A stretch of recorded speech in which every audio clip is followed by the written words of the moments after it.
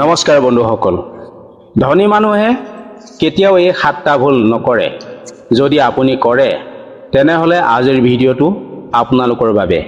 একে সমাজত বাস কৰিও কিছুমান মানুহ কিয় ধনী হয়, আনহাতে কিছুমান মানুহে গোটেই জীৱন কঠোৰ পৰিশ্ৰম কৰিও আৰ্থিক সমস্যাৰ পৰা ওলাই আহিব নোৱাৰে। তেওঁলোকে ধন টকা পইচা গোটাব নোৱাৰে। ইয়াৰ উত্তৰ কেৱল বেছি উপাৰ্জন নহয়, প্ৰকৃত উত্তৰটো হৈছে টকাৰ সৈতে থকা অভ্যাস। যি মানুহে টকাৰ লগত খেলিব জানে, যি মানুহে টকাক সৎব্যৱহাৰ কৰিব জানে, সেইসকলেহে উন্নতিৰ পথত আগুৱাই যাব পাৰে। ধনী মানুহে টকাৰ মূল্য বুজে। তেওঁলোকে টকাক কেৱল খৰচ নকৰে, টকাক নিজৰ বাবে কাম কৰোৱায়। আজিৰ এই ভিডিঅ'ত আমি জানিম ধনী মানুহে নিয়মিতভাৱে পালন কৰা 7টা গুৰুত্বপূৰ্ণ আৰ্থিক অভ্যাস।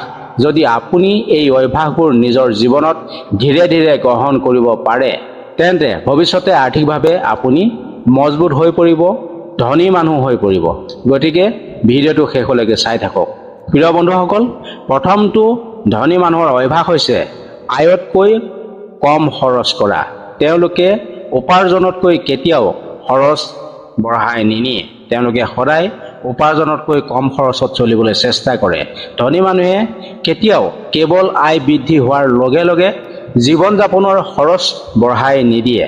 ধৰক কাৰোবাৰ মাহিলী আয় 30,000ৰ পৰা 50,000 টকালৈ বৃদ্ধি হ'ল। বহু মানুহে লগে লগে দামী মোবাইল, নতুন বাইক, নতুন গাড়ী, অপ্ৰয়োজনীয় বস্তু কিনিবলৈ আৰম্ভ কৰে। কিন্তু ধনী মানুহে এইসমূহ নকৰে।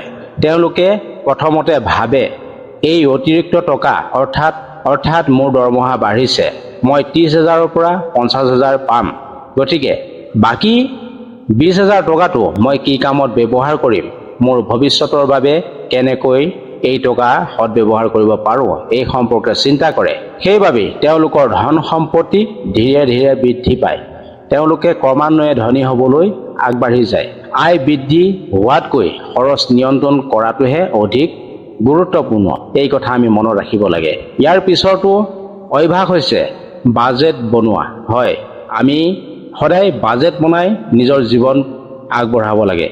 নিজৰ বাজেট বনোৱাটো প্ৰত্যেকজন ব্যক্তিৰে দায়িত্ব।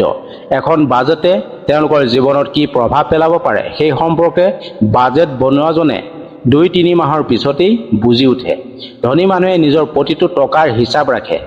তেওঁলোকে জানে কিমান টকা তেওঁলোকৰ হাতলৈ আহিল, কিমান টকা তেওঁলোকৰ হাতৰ পৰা ওলাই গ'ল।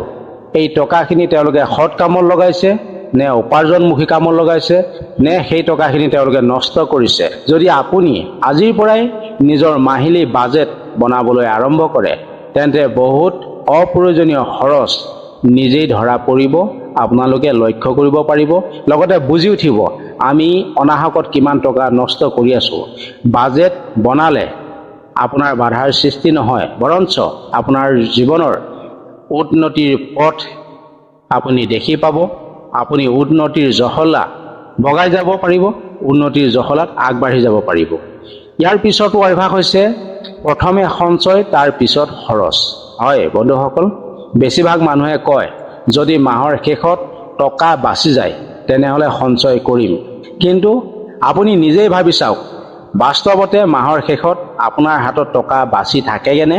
যদি নাথাকে তেতিয়াহ'লে আপুনি নিজেই বুজিব পাৰিব। ধনী মানুহে ঠিক ইয়াৰ বিপৰীতে কাম কৰে। প্ৰথমে তেওঁলোকে সঞ্চয় কৰে, তাৰপিছত খৰচ কৰে। অৰ্থাৎ তেওঁলোকে যদি 25,000 টকা পাইছে তেনেহ'লে 5,000 টকা আগতীয়াকৈ ছাইড কৰে, 20,000 তেওঁলোকে ঘৰ চলাবলৈ চেষ্টা কৰে। এই সৰু অভ্যাসটোৱেই বহু বছৰৰ পিছত ডাঙৰ ৰিজাল্ট দিবলৈ সক্ষম হয়। আপোনালোকে ডাঙৰ ফল পাবলৈ সক্ষম হ'ব। ইয়াৰ পিছতো অৰ্থাৎ 4 নম্বৰ অভ্যাসটো হৈছে টকাক নিজৰ বাবে কাম কৰোৱা। হয়, টকাক আমি আমাৰ কামত ব্যৱহাৰ কৰিব লাগে। আমাৰ হৈ টকাই কাম কৰিব লাগে। ধনী মানুহে কেৱল চাকৰি কৰি থকা আয়ৰ ওপৰত নিৰ্ভৰ নকৰে। তেওঁলোকৰ যিখিনি উপাৰ্জন হৈ আছে সেই উপাৰ্জনৰ ওপৰত নিৰ্ভৰ নকৰে। তেওঁলোকে টকাক এনেদৰে ব্যৱহাৰ কৰিবলৈ চেষ্টা কৰে যাতে সময়ৰ লগে লগে ধনৰ বৃদ্ধি হয় আৰু তেওঁলোকৰ উপাৰ্জন বাঢ়ি যায়। ইয়াৰ বাবে বিষয়টো আপোনালোকে ভাল ধৰণে শিকি ল'ব লাগিব, মনত ৰাখিব লাগিব। বুজি নোপোৱালৈকে কেতিয়াও কোনো বিনিয়োগ কৰিব নালাগে। আগতে শিকি ল'ব লাগে, তাৰপিছত সিদ্ধান্তৰ মতে আপোনালোকে উপযুক্ত বিনিয়োগ কৰিবলৈ চেষ্টা কৰিব লাগে। ইয়াৰ পিছৰটো অভ্যাস হৈছে ঋণৰ পৰা আঁতৰি থকা। হয়, বহু সময়ত ঋণে আমাক সহায় কৰে। ঋণ লোৱাটো আমাৰ ক্ষেত্ৰত বেয়া নহয়, কিন্তু অপ্ৰয়োজনীয় ঋণ মানুহৰ আৰ্থিক স্বাধীনতাৰ ডাঙৰ বাধা হৈ পৰিব পাৰে। দামী মোবাইল, ফেশ্বন বা দেখুৱাবলৈ ঋণ লোৱা বা অনাহকত ঋণ লৈ সেই টকাসমূহ ব্যৱহাৰ কৰিবলৈ যদি আপোনালোকৰ জেগা নাথাকে, যদি সেই টকাসমূহৰ সৎব্যৱহাৰ আপোনালোকে কৰিব নোৱাৰে, তেনেহ'লে এই ঋণৰ টকাই আপোনালোকক সমস্যাত পেলাব পাৰে। 6 নম্বৰ অভ্যাসটো হৈছে সদায় নতুন কিবা এটা শিকা। ধনী মানুহে জানে জ্ঞানেই আটাইতকৈ ডাঙৰ সম্পদ। নতুন দক্ষতা শিকিলে নতুন সুযোগ লাভ কৰে। নতুন সুযোগে নতুন আয়ৰ সৃষ্টি কৰে। সেয়েহে প্ৰত্যেক দিনে অলপ সময় নিজৰ জ্ঞান বৃদ্ধিৰ কামত নিজক সদায় সময় দিব লাগে। কিতাপ পঢ়িব লাগে, ভাল ভিডিঅ' চাব লাগে, বিশ্বাসযোগ্য উৎসৰ পৰা শিকিব লাগে। যিসকলে এই সম্পৰ্কে গুৰুত্ব নিদিয়ে তেওঁলোকেই আগবাঢ়ি যাব নোৱাৰে। ইয়াৰ পিছৰটো অভ্যাস হৈছে অৰ্থাৎ 7 নম্বৰটো ধৈৰ্য আৰু নিয়মিততা। কোনো মানুহ এদিনতে ধনী নহয়। সৰু সৰু সঠিক সিদ্ধান্তই বহু বছৰৰ পিছত ডাঙৰ ফল দিয়ে। সেয়েহে হতাশ হ'ব নালাগে। সৰু সৰু সঞ্চয়সমূহত গুৰুত্ব দিব লাগে। আজিৰ সৰু নিয়মানুৱৰ্তিতা, আজিৰ সৰু শিক্ষা, আজিৰ সৰু সঞ্চয়, এই সকলোবোৰে ভৱিষ্যতৰ সুন্দৰ আৰ্থিক জীৱন গঢ়ি তোলে। প্ৰিয় বন্ধুসকল, আজি আমি শিকিলোঁ আয়তকৈ কম খৰচ আমি কৰিব লাগে। বাজেট বনোৱাটো অত্যন্ত দৰকাৰ। কম খৰচত যদি আমি চলোঁ, নিশ্চয় আমাৰ টকা ৰাহি হ'ব। বাজেট যদি বনাই কাম কৰোঁ, নিশ্চয় আমি অনাহকতে খৰচ হোৱা টকাসমূহ আমি বাজেট বনাই টকা পইচাখিনি বচাব পাৰিম। প্ৰথমতে আমি সঞ্চয় কৰিব লাগে। সঞ্চয় কিহত কৰিব লাগে? আজি যিটো বস্তুত আপুনি 10 টকা খৰচ কৰিছে, সঞ্চয় কৰিছে, 10 বছৰৰ পিছত সেই টকাটো 1000 টকা হৈ অহা বস্তুৰ ওপৰত সঞ্চয় কৰিব লাগে। টকাক বুদ্ধিমত্তাৰে ব্যৱহাৰ কৰিবলৈ আমি শিকিব লাগে। অপ্ৰয়োজনীয় ঋণ আমি এৰি চলিব লাগে। ঋণৰ দ্বাৰা আমি যদি সফলতা লাভ কৰিব নোৱাৰোঁ, তেনেহ'লে সেই ঋণ লোৱাৰ দৰকাৰ নাই। নতুন জ্ঞান সদায় আহৰণ কৰিবলৈ চেষ্টা কৰিব লাগে। সদায় নতুন নতুন কথা শিকিব লাগে। ব্যৱসায় কেনেকৈ কৰিব লাগে, আমি সঞ্চয় কেনেকৈ কৰিব লাগে, টকাৰ দ্বাৰা টকা কেনেকৈ উপাৰ্জন কৰিব লাগে, এইসমূহ বুদ্ধি আমি শিকিব লাগে। ধৈৰ্য ধৰি নিয়মিত থাকিবলৈ চেষ্টা কৰিব লাগে। ধৈৰ্য ধৰা আৰু নিয়মিত থকা, এই দুটাৰ কথাৰ বহুত ৰহস্য আছে। আমি অনাহকতে কাজিয়া পেচাল, বেয়া পৰিৱেশৰ লগত থাকিব নালাগে, তাৰ পৰা আঁতৰি থাকিব লাগে।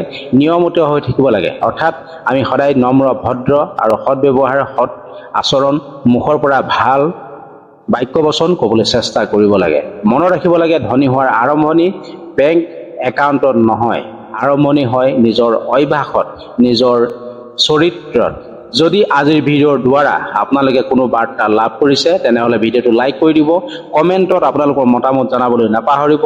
এই 7টা অভ্যাসৰ ভিতৰত আপুনি কোনটো অভ্যাস আজিৰ পৰাই আৰম্ভ কৰিবলৈ মন গৈছে, সেই কথাটো জনাবলৈ নাপাহৰিব। এনে সহজ আৰু উপকাৰী অসমীয়া ফাইনেন্স ভিডিঅ'সমূহ পাবলৈ চেনেলটো ছাবস্ক্ৰাইব কৰি ৰাখিব, বেল আইকনটো টিপি ৰাখিব। ধন্যবাদ। আপোনালোক সুস্থ থাকক, সচেতন থাকক আৰু আৰ্থিকভাৱে শক্তিশালী জীৱনৰ দিশে আগুৱাই যাওক।